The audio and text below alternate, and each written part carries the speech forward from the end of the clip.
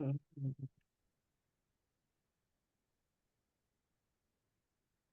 everybody. Welcome back to another edition of Lunch and Learn with Michigan's Children. Today, we'll be going over the proposed federal funding cuts to children and family programs and what we know now. We have a few guests that will be on as panelists to walk us through it. And as always, feel free to put your name and the organization you represent in the chat, where you're from.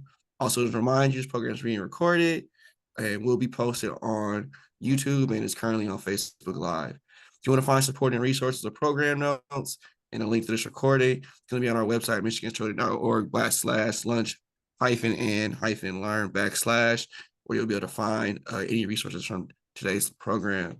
So with any further ado, I'm going to kick it off to Matt, and he'll give you guys a brief intro, and we'll get right into the subject.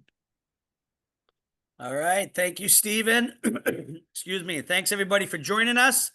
And thank you especially to our panelists for agreeing to be on today. I am Matt Gillard, the president and CEO of Michigan's Children. I'm fighting a little bit of the dreaded summer cold right now, so I apologize to everybody for that. But we're going to power through this. So as Stephen said, please drop your name and organization you're with in the chat. We've got an excellent panel lined up today. We're going to continue our discussion that we've had a couple times over the last few months here around what's happening at the federal level in terms of the reconciliation bill, as well as moving forward into the federal budget process a little bit. And of course, we'll always kind of tie things back to how that's going to impact things that are happening here at the state level as well. So, as those of you who are regularly on know that we focused a lot of our energy and attention at Michigan's Children through this first part of 2025 on federal advocacy efforts and on what we're seeing come out of Congress. The reconciliation bill has been one that we've talked a lot about, certainly in these channels and our Lunch and Learns and our podcast, but also just generally in our advocacy efforts and through our bulletins and other things. So we're going to kind of give everybody an update today as to where we stand now that the reconciliation bill has moved through the U.S. House of Representatives and is now being debated and discussed in the U.S. Senate, and where things stand on some of the issues that we care most about, particularly of biggest concern to kids and families. And then look forward a little bit to kind of where things are going from here, what we might expect. And then, like I said, we'll always tie this kind of back into what that means at the state level as well, as we head into what will continue to be a very interesting and eventful and busy, at least from our perspective, summer and fall here in Michigan. So first, I'm going to let my guests introduce themselves, and then we'll get into our discussion. So Abby, you want to go first and just introduce yourself for our audience? Yeah, absolutely. Hi, everyone. Thanks so much for having me on. My name is Abby Holland, and I work at the First 5 Years Fund. We are a national organization. We focus on building bipartisan support for quality childcare and early learning programs at the federal level. So it's great to be with you all and excited to join the conversation. Thank you. Abuko. Hi there. Thank you for having me. My name's Abuko Estrada. I'm the Vice President of Medicaid and Child Health Policy at First Focus on Children. We're a national advocacy organization that's dedicated to making sure that children are the priority in federal policy and budget decisions. And we work the gamut of issues: healthcare, immigration, education, tax budget, you name it. We try to work on it. Like Matt, I'm also battling a little bit of the cold. I'm calling it reconciliitis. So if I tend to sound a little bit like Kermit the Frog or Barry White at times, you'll understand why. Thank you. And Salam. Hey everybody, my name is Salam Bhatti. I'm the SNAP director at the Food Research and Action Center, known as FRAC. And throughout the presentation, you are more than welcome to say what the FRAC is going on, because there's a lot of issues. So I'm happy to be here to talk through this. Great. Thank you all, like I said, for joining us. And please, those of you listening, if you get questions pop up, please pop them in the chat and we'll try to get to them. So why don't we jump right in, Abuko, with you maybe? I mean, obviously, Michigan's Children joined advocates from around the country and really focusing a lot on Medicaid and protection, and especially the impacts to Medicaid or potential impacts to Medicaid that were being discussed and debated through this reconciliation process. Why don't you kind of give everybody an overview of where we ended up as of now with the bill moving out of the House on Medicaid in the reconciliation bill? Sure, absolutely. So they keep calling it a big, beautiful bill, but really it's a big, bad bill. for most folks, but especially kids. Throughout the time that the bill was moving through the House side, there was this false narrative that kids would not be hurt, especially in regards to the Medicaid cuts. And quite frankly, that's impossible. There's no way that you can achieve the level of cuts that they're setting forth, well over $800 billion, without causing direct and even indirect impacts to the health and well-being of children. And so, we see those impacts through various policy proposals throughout the bill. There's many more than even what I'm going to mention, but these are what we see as potentially the most harmful, either directly or indirectly to children right now. Those include the moratorium on rules that the Biden administration had put forth to streamline things like eligibility and enrollment. This is really a direct attack on things like Medicaid and CHIP, rules that were put into place to help kids, apply for, stay and get Medicaid and stay enrolled in it.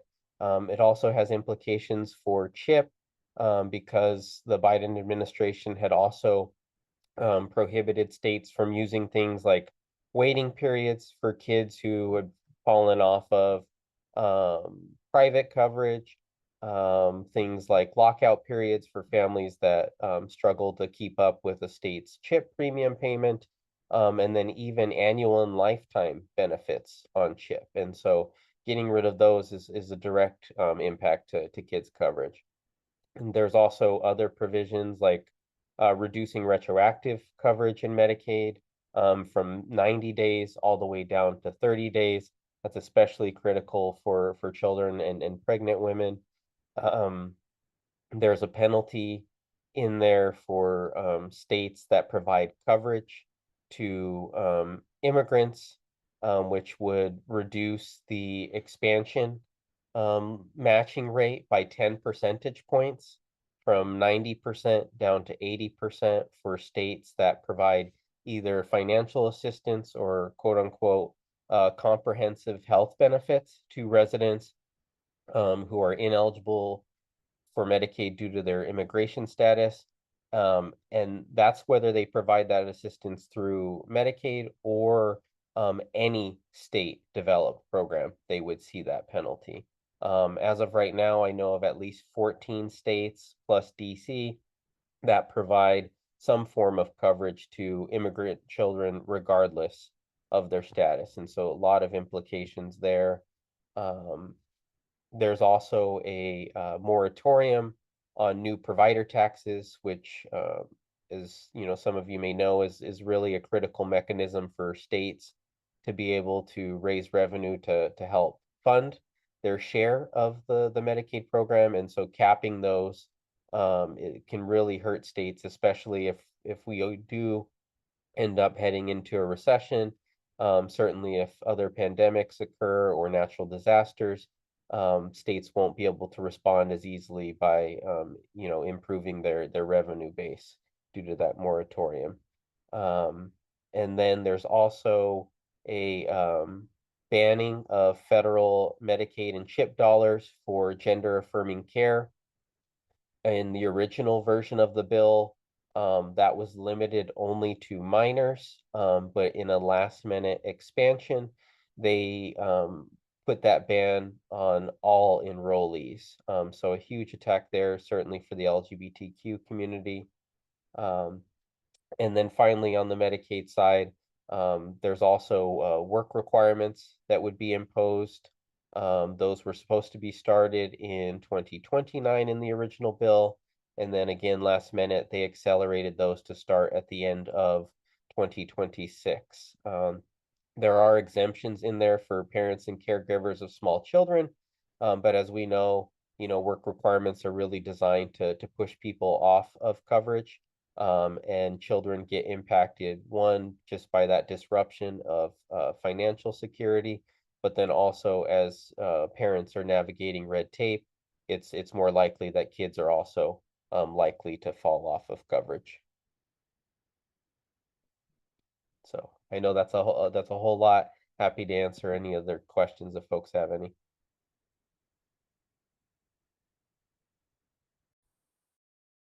Oh, Matt, you're on mute.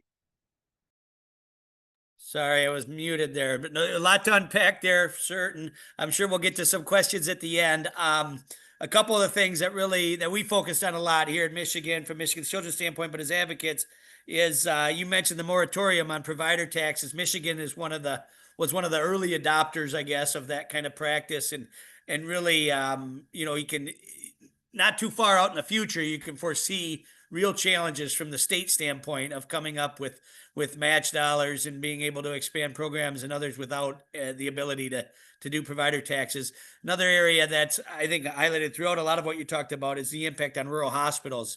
We have very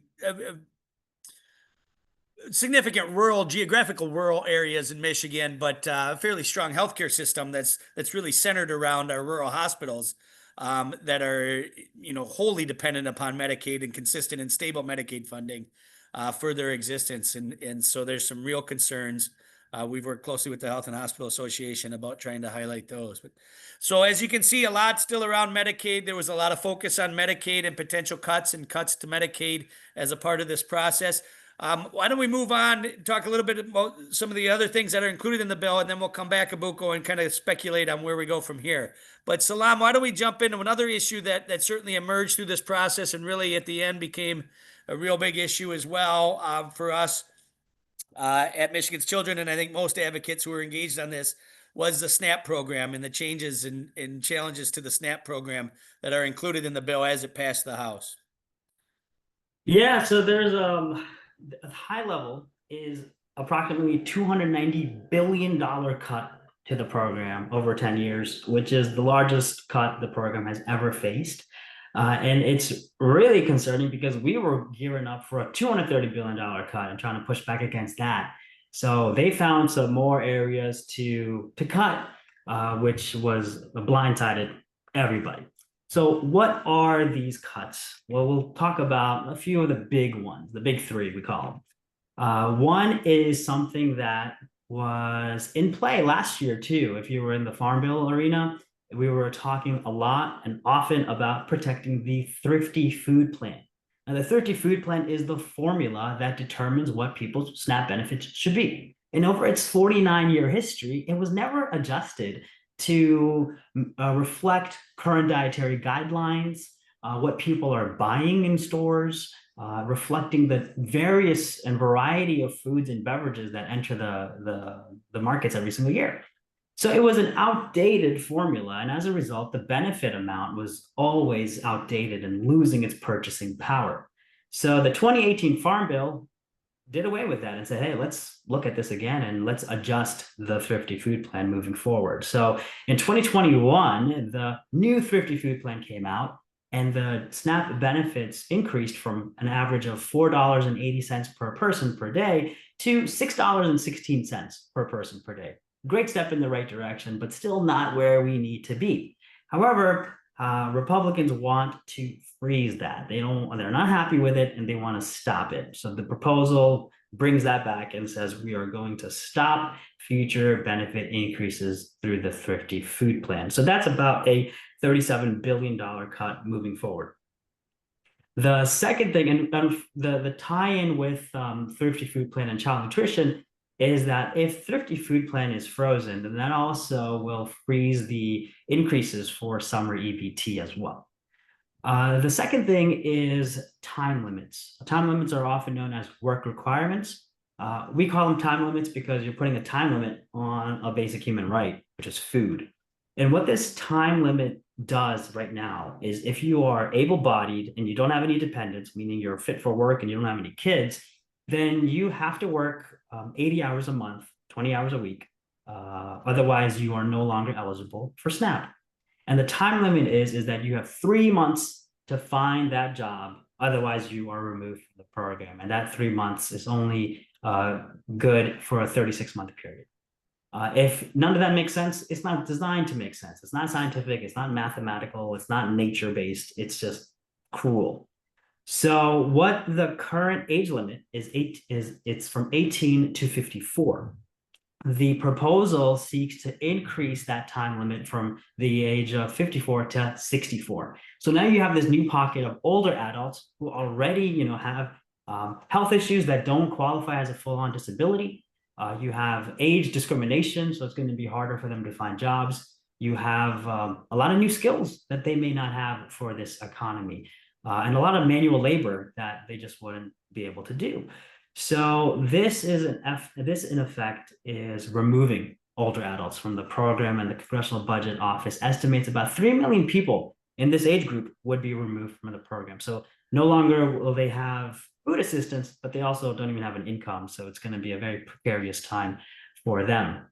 And the second instance of increasing the time limit or expanding it to parents, single parents and unmarried parents of children who are over the age of 7. So right now, if you have a child under the age of 18, they are considered a dependent, and it exempts you from that 3-month time limit and needing to work 80 hours a month.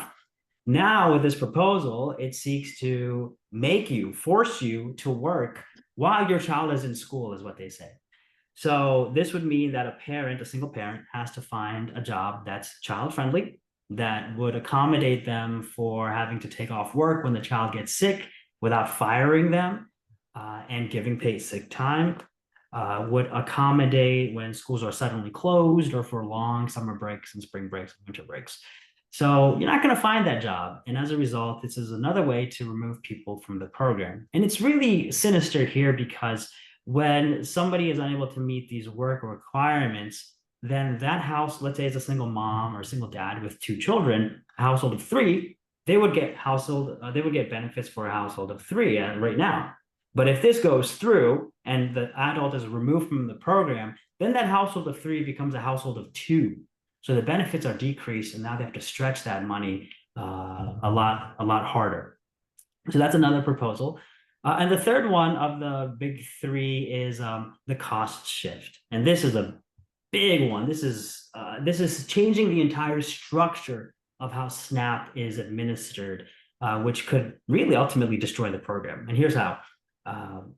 There's 2 ways. There's 2 ways that the cost shift is being proposed. One is to change how the SNAP benefit itself is funded. Right now, the SNAP benefit is fully federally funded. So 100% of the SNAP benefits come from the federal government. The proposal is to shift at least 5% of those costs to the state. And why do I say 5%? Well, they're attaching the remainder of the calculation to the state's error rates. So there are overpayments and underpayments that happen, and that annually is looked at as an error rate. And so all states would be left with a 5% shift. If you have a higher error rate, then you would be on the hook for up to 25% of the benefit shift. What does that look like for Michigan? Michigan in 2023, which is the most recent data for error rates, Michigan had a 10.72% error rate. You might think, hey, that's not bad. That's actually the highest. That's actually in the higher category for the cost shift. So this would result in a 25% cut or a 25% cost shift to Michigan. What does that look like? And I'm saying these percentages, but what does that look like in actual numbers? Well, the following year, after 2023 and the fiscal year 2024, Michigan received about $3.06 billion in SNAP benefits. That 3.06 billion is fully federally funded. But had this existed in the past, had this 25% shift existed in the past, that would mean for 1 year, Michigan would be on the hook from the state budget to make up for $765 million to make up that gap in SNAP benefits. Now, I don't know if there's any state advocates on this call for Michigan, but I bet y'all don't have the money to plug that hole. So that leads to the second thing, and I'll close out with this, Matt, is there's an administrative cost shift that's being proposed as well. Right now, the federal government puts in half, the state government puts in the other half for the SNAP administration of it all.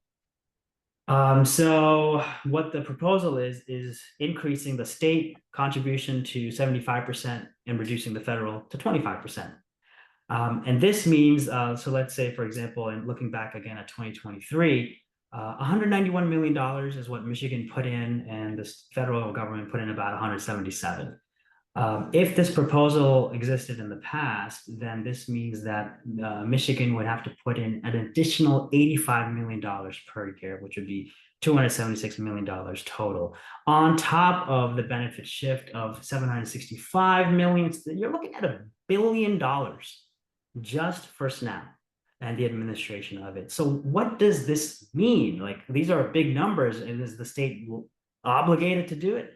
Well, no, the Congressional Budget Office just put out this document last week saying that some states may even remove themselves from SNAP entirely because they just simply cannot afford it.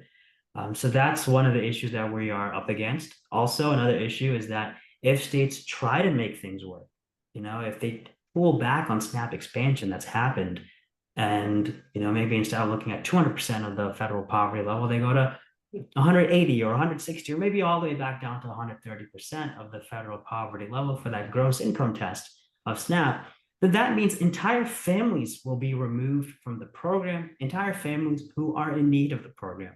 But that's not all, there's more. If there are children in those families, then the children will lose their direct certification to free school meals.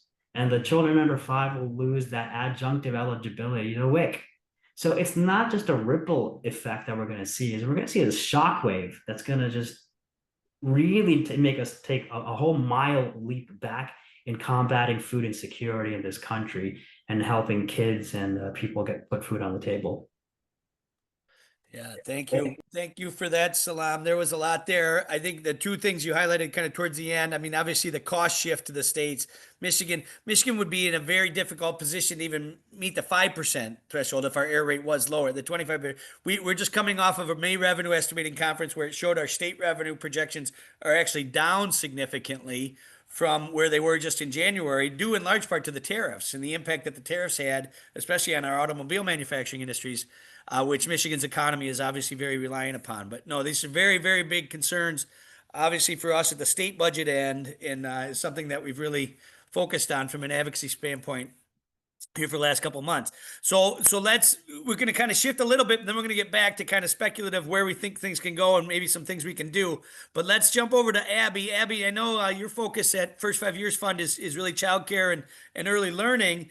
And I don't want to say that childcare and early learning were completely spared in this reconciliation bill, but they obviously haven't been the focus of the levels of very concerning cuts that we just heard from Abuko and Salam around Medicaid and SNAP.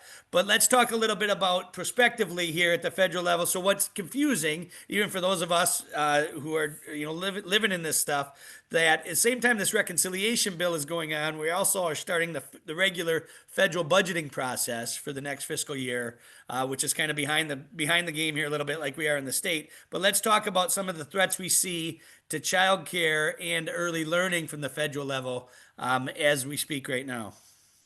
Yeah, thanks for that, Matt. So hopefully have some relatively good news within the context of this conversation that it is confusing. The budget reconciliation process affects mandatory spending, so SNAP and Medicaid, but then the appropriations normal budget process that happens every year in Congress to determine the federal budget impacts discretionary funding programs. So all of the child care programs are discretionary. So that's why they're not impacted by the budget reconciliation process. Now, caveat there, obviously, SNAP and Medicaid very much, and as well as another mandatory program, TANF, intersect very much so with childcare, but they're the federal programs that directly provide childcare funding to states and families are all discretionary funding. So those are handled through the normal annual appropriations process that is, as Matt mentioned, is ongoing right now. So I'm going to talk about 3 of the main ones, which are Head Start and Early Head Start, the Child Care Development Block Grant, or CCDBG, and then the Preschool Development Grant, which I'll abbreviate as PDG. So right now in the appropriations process, the way that works, Congress develops a federal budget every year that gives money down to the federal agencies that administer all of these grant programs. So obviously not just these 3, but all of them that make the whole federal government work. But these are determined by committees and an appropriations committee in Congress, and then subcommittees or smaller committees within that appropriations committee. The one that deals with all of these childcare programs is the Labor and Health and Human Services Subcommittee.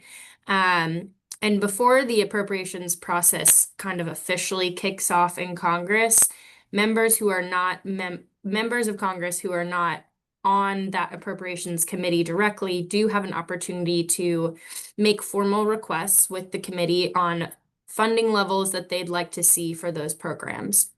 And then the way that they do this is through sign-on letters. So certain members of Congress will lead letters.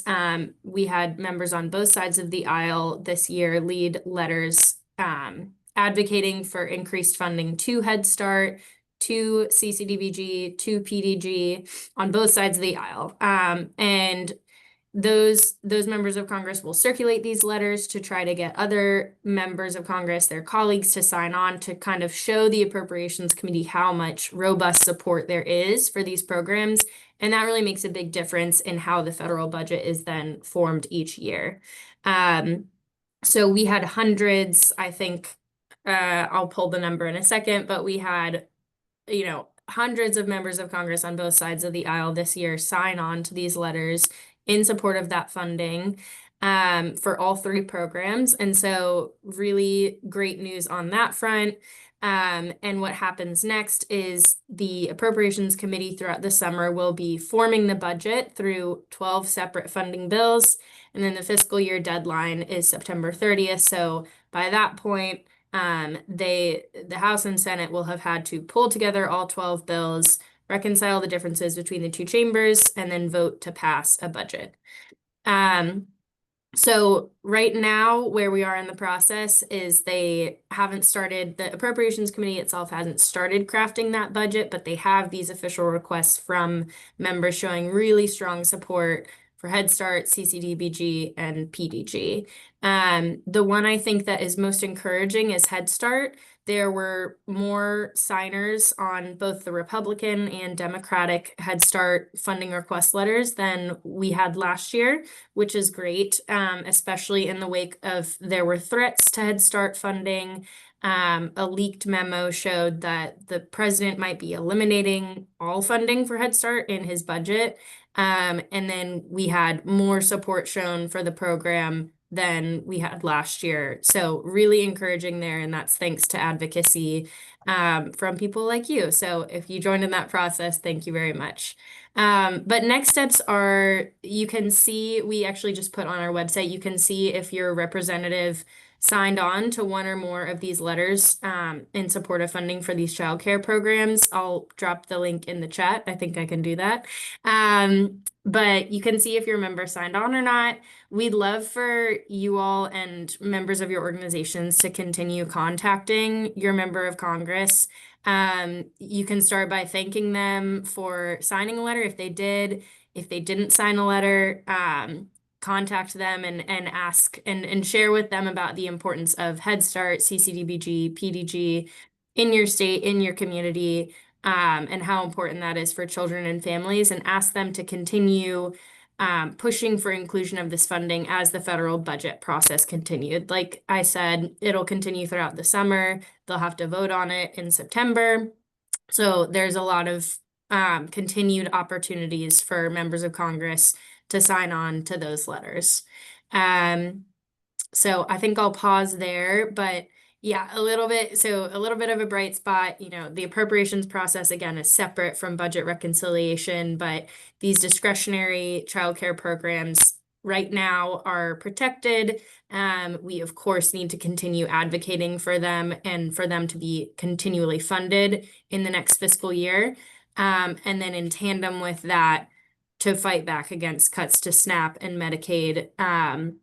TANF is safe for now as well. The Temporary Assistance for Needy Families program was also not included in reconciliation. We were worried for a while it might be, but it is not. So that's at least good news there. But SNAP and Medicaid surely extremely concerning for children and families, those cuts. And so pushing back against those while also kind of playing offense as the best defense on these discretionary childcare programs. Yes, thank you for that, Abby. Yes, and you can find more information on our website as well, michiganschildren.org, and we'll certainly be engaged in the federal budgeting process as it moves along and working with our partners like the First 5 Years Fund and First Focus and everybody else as well. A couple important things to note, just so folks remember or realize on differences between, because we also obviously this summer and fall now will be watching the state budget process and very engaged in that as it moves through. But a couple of differences is one, well, one, I guess, to start with, what's different from the reconciliation process and the federal budgeting process is that the reconciliation process only needs a simple majority. So it only needs to get to that 51 vote threshold or 50 plus 1 vote threshold in the Senate, where the budget process still requires a 60 vote threshold. So that gives the Democrats in Congress much more ability to be a part of the process and a part of the negotiations, which is part of the challenge we've seen from an advocacy standpoint around the reconciliation bill. Is now, like we said, with the reconciliation bill having shifted to the U.S. Senate, Michigan having 2 Democratic U.S. senators, it makes it more challenging for us to be engaged and as involved on the advocacy side, because it's highly unlikely that either one of our senators are going to be supportive of the reconciliation bill or even involved in the negotiations as it moves forward. But obviously on the appropriation side, they will. The other thing that's different from the state is that they can enact what's called continuing resolutions at the federal level, which essentially continues current level spending of these federal programs. At the state, we don't do that. We can't. We have a constitutional requirement in our state constitution that requires them to pass a balanced budget on October 1st. And so we've seen that become much more normal practice in recent years at the federal level. If they can't come to agreement on a budget, is to do some form of continuing resolution to continue government spending at current levels, which in the current political climate isn't necessarily a bad thing, right? In the past, we've argued against that when we were looking for increases in a lot of these programs.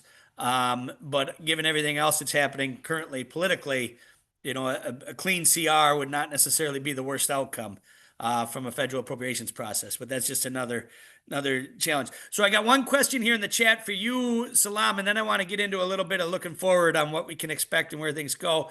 This is specific from a provider that's on the call around, ever been discussions for people with benefits who are gluten-free or have other health concerns around SNAP benefits? She says, I have a youth who receives benefits, but her groceries are more expensive because of her gluten-free.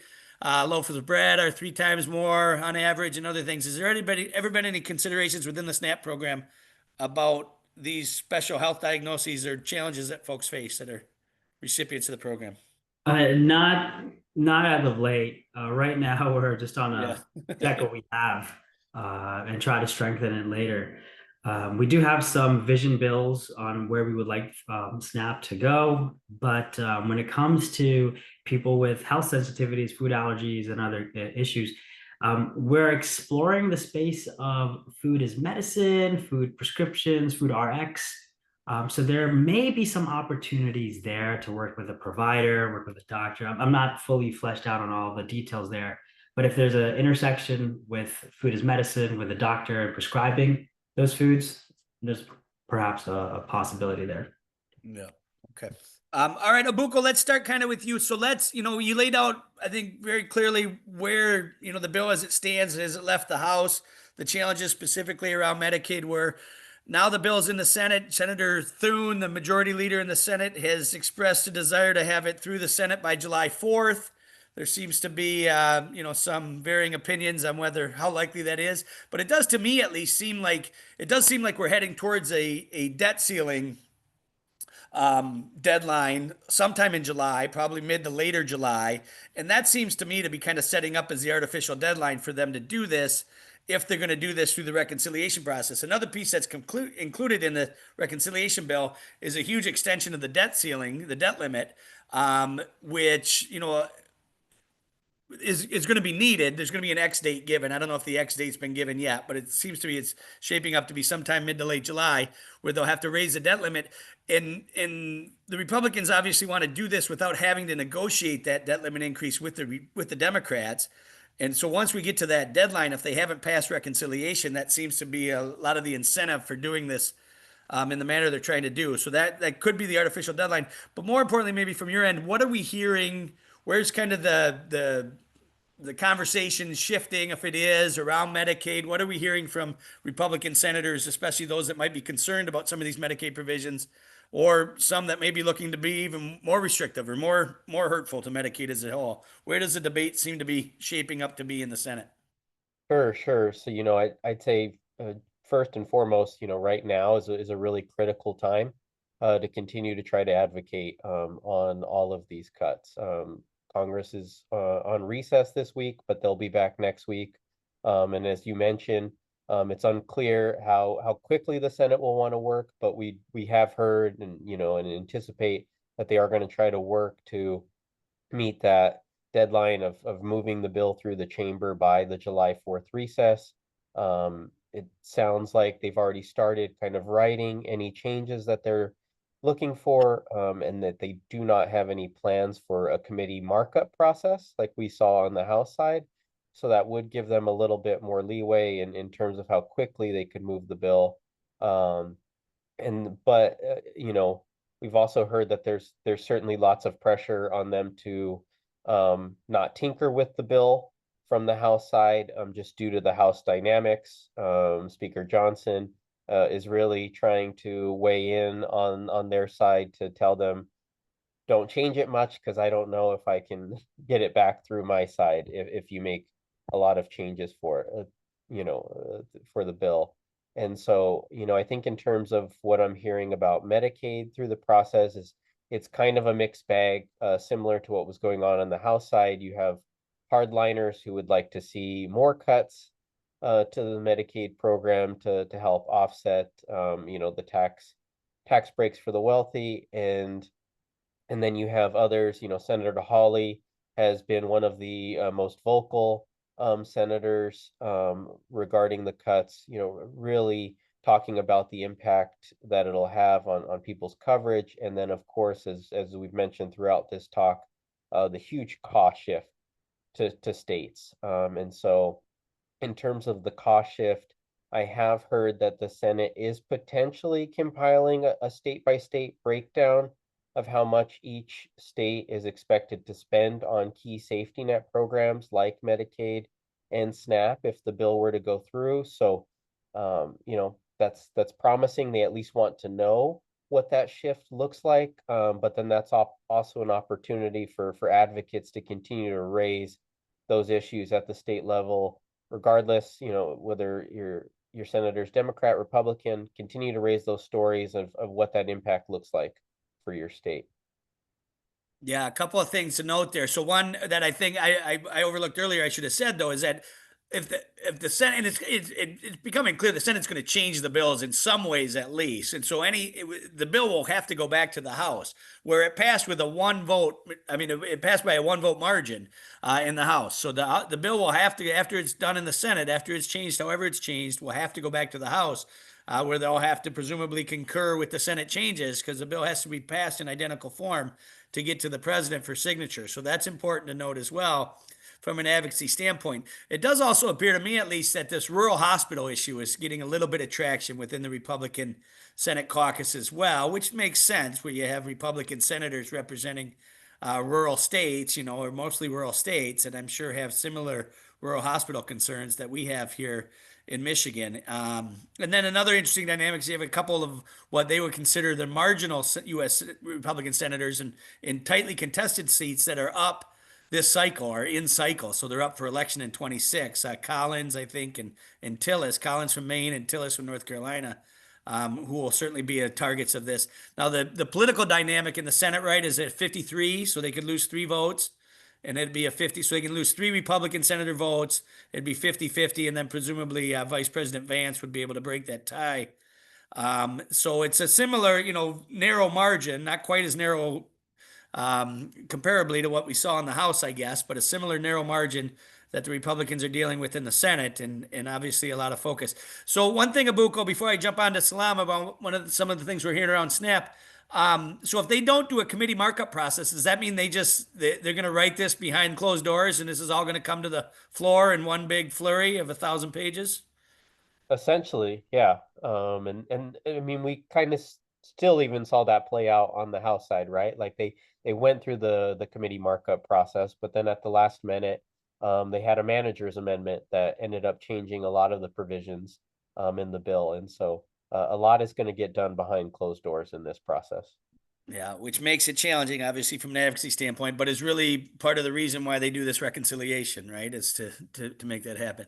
All right, Salam. So, kind of similar question to you. Obviously, you laid out what's in the House bill as it passed around SNAP. What are we hearing from Republican senators or those involved in the negotiations around SNAP as we head into the Senate here? Yeah, so Senate Ag Chairman Bozeman from Arkansas, he has voiced displeasure regarding that cost shift. So we're not taking anything for granted. We're going to be advocating hard against all the cuts, but we might be able to see at least that thing removed. And also, there's been some chatter about taking away that provision of expanding the time limits to children who are over 7, or parents who have children over the age of 7. So that would be good, but when you've taken a step backwards by a mile, just going forward a few feet is not a win. So we still don't want to see any of these cuts happening. The fact that we have some motion in the right direction is good for inspiration, motivation, but we are going to be going all out to make sure none of these cuts go through. And so, like, what Abuka was saying about the ping pong, it's going to be a ping pong summer. It's going to go back and forth between the House and the Senate. Like you said, you might see a continuing resolution from it all. And what ends up happening then, the other thing, like player 3 that's entering the room, is the 2026 elections. The more this gets pushed closer to 2026, the worse it's going to look for the people who are voting for these cuts. And they are mindful of that, which is why for some of these bigger cuts, they don't take effect in the proposal. They wouldn't take effect until fiscal year 2028, or even later in 2026 as well. So it's just like they're trying to push this as far away from themselves as possible. But we'll see how this ping pong goes. And I'm going to paste in the chat our Senate targets, just so everybody's aware as well. Great. Yes, knowing you, I mean, the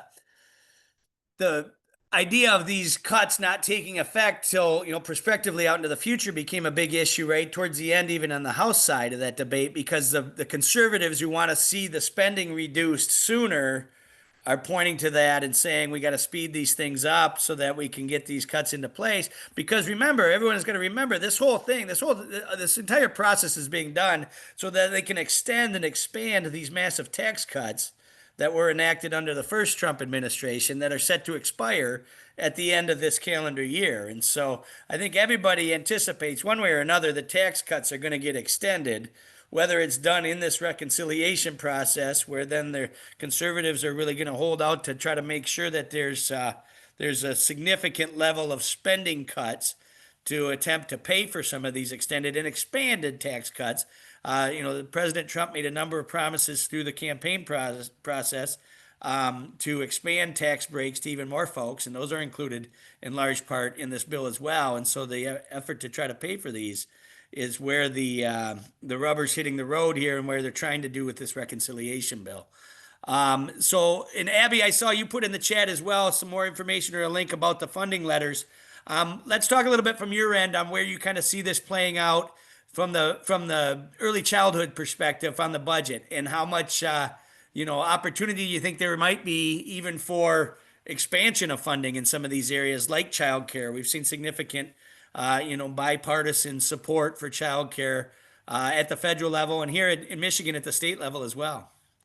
Yeah, I think there is actually great hope for even increased funding for these childcare programs through the discretionary appropriations process this year. We've seen increases to the CCDBG funding levels every year the past few years. And I think Head Start as well, it may have been kind of flat funded a few times, but consistently for the past few years under both parties holding power in Congress. So even when the Labor, Health and Human Services bill that I mentioned earlier saw cuts to almost every educational program, even in those years when Congress was cutting funding to all of these programs, they did increase CCDBG funding and childcare funding. So that is at least a a bright spot of hope in all of this, and we're hoping for the same.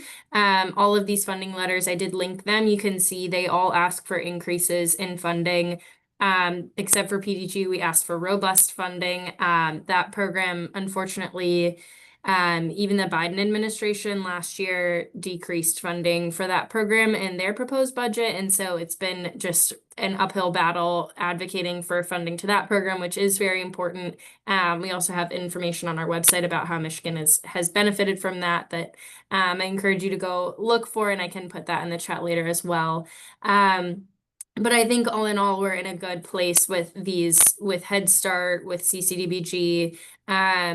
With Head Start, we're, of course, we're taking the approach that the threat hasn't gone away just because it was originally eliminated in a leaked version of the president's budget, and then it was not eliminated in the real version. And through the appropriations process, Congress has the power of the purse. So the president can propose a budget, but Congress does have the power to determine it. And we saw huge support. But someone obviously wanted Head Start eliminated, and that's why it was eliminated in some version of this leaked proposed budget at some point in the process.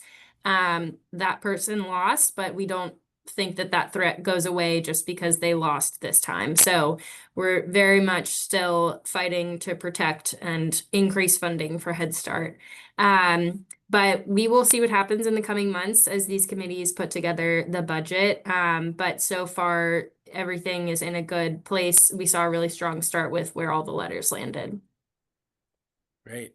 Great. I have one more question here in the chat, which is perfect to kind of tease me up to where I want to go to kind of close this out. So the question is, do we think that this federal timeline is playing into what we're seeing at the state right now in our state budget process? And absolutely true. So Speaker Hall is the speaker in our state House of Representatives. As I mentioned earlier, the Republicans took back control of our state House. So we have divided government in Michigan right now. We're right in the midst of our budget process for our state budget, which, our budget year kicks in October 1st. And this process played out as it typically does. The governor proposed her budget for the next fiscal year to the legislature. She used essentially status quo federal funding, even though at the time she presented that, early February, there was still a lot of speculation and the reconciliation process was starting, but it made sense strategically and there was no other way for her to do it. But so she presented the budget proposal based on status quo federal funding. The Democratic Senate then, just in the last couple of weeks, passed out their budget proposal once again based on essentially status quo levels of federal funding for all of these programs. But now, even since the Senate version came out, we've had our new revenue estimating conference, which projected decreased revenues from the state end, absent any federal cuts. And now, obviously, the House bill or the reconciliation bill has passed the House, which the level of cuts that we've heard about from Abuko and Salam and everything else. So all of this has played into exactly what Speaker Hall in the Michigan House is doing, which is kind of dragging their feet. And it doesn't make sense for them politically or strategically to put out a budget, either one based on status quo federal levels, which they expect not to see there and they don't necessarily support, but also not to know what exactly the federal funding cuts are going to be for them to put out a budget. So we are way behind where we typically would be. We'd typically be in the final stages of our state budget process with this all wrapped up by July 1, when many schools and local governments start their fiscal year. So they would have a firm understanding of what the financial picture from the state looks like. We're likely to blow right by that and probably head right up into the deadline of October 1st. Unless and until we get some much more clarity from the federal government on where things go. And even with that, we're going to have a very challenging dynamic with divided government, with some very philosophical, very big philosophical differences between the parties on the direction that state spending should go. And these challenges, like Salam laid out and Abuko laid out, I mean, if we see this come to fruition where we're looking at that level of cost share, that level of obligation for the state to continue basic SNAP funding, or to continue basic Medicaid services to what we've had now, and the inability for us to continue to meet match requirements in the future with provider taxes and other things. This is a very challenging scenario. And certainly there doesn't appear to be any appetite for revenue increases at the state level in this political environment either. So we're looking at a very challenging state budget prospect that'll continue here throughout the summer and the fall, that we'll certainly be engaged in.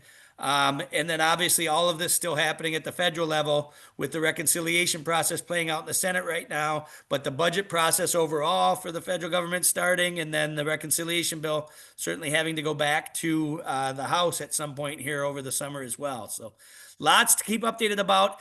Anything from the panelists, anything you guys want to add that we didn't quite get to, or any other questions from folks? We got a few minutes left. I know folks like to get a few minutes of their lunch hour in, so we can end early, but anything else that we didn't quite get to, or any last points that you want to make?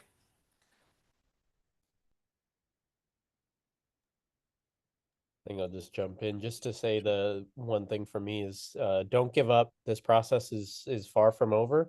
And so just continue to really raise up the stories and highlight the issues, whether it's individual stories, impacts to providers, especially rural providers. It's a great opportunity to continue to uplift those stories so that the impact can hopefully drive the day. Thanks, Ibuko. Just a quick resource if helpful. We send out a newsletter every week that includes kind of updates on what's going on in the federal level. So if anyone's interested, I'll drop the link to subscribe in the chat. But since all of this is very confusing and hard to keep up with, and all of you, hats off to you for tracking both, very closely, it sounds like, what's going on in your state legislature as well as Congress. If helpful, we try to, condense everything into a digestible format. So I'll put that link in the chat. Thank you. Yeah, and I dropped a couple of links as well. For the first one, frac.org/action. That's where we have some, we'll keep our social media graphics and, ideas for messaging there. And also there's a link in there to go to the latest FRAC Action Network page, where you can send or customize an email template to your elected officials. So that'll be something we're going to be continuously updating as reconciliation goes on. So keep visiting, bookmark that page, and we'll be updating that. And then for SNAP state fact sheets, I put a link in there as well to really show the story of what a SNAP benefit of what a SNAP benefit does, like its life cycle within a state, of how much comes in, who it benefits, including retailers, and how much they end up actually redeeming. So it's a beautiful program, a great investment into not just families, but entire economies. And removing up to 30% of that, which is what this proposal seeks to do, well, again, it will send shockwaves throughout the whole economy. Absolutely. Well, thank you. I want to thank the panelists again for the work that they're doing, for agreeing to be on here and educating us all a little bit more about what's happening right now and where things might be headed. And really, their organizations do great work. We'll provide links to these resources and to their organizations on our website at michiganschildren.org. Please don't hesitate, everybody who's listening to watch or watching, to reach out to us if you have any more questions. Or any other ways. There's going to be certainly a lot of ways for people to advocate and to get engaged in this process as we move forward. And I think Salam said it right. I think we all have an obligation and a duty to tell the stories about these programs. When people learn about these and what the impact that these programs have, these cuts are wildly unpopular amongst the general public when we can get the word out. So all of us in our own way have an obligation, I think, and a duty to educate our neighbors, educate our friends, and to get involved and get engaged. We'll certainly provide you opportunities to engage with your policymakers directly as well. But we need people out here talking about this, talking about the harmful impacts that some of this stuff will have, and letting people know that there's bad decisions being made, and we should be pointing them out when they do. So thanks everybody for joining us. Thanks again to the panelists, and tune in again next month for another Lunch and Learn series, where hopefully we'll be talking about better news, but hey, we'll be talking about it either way.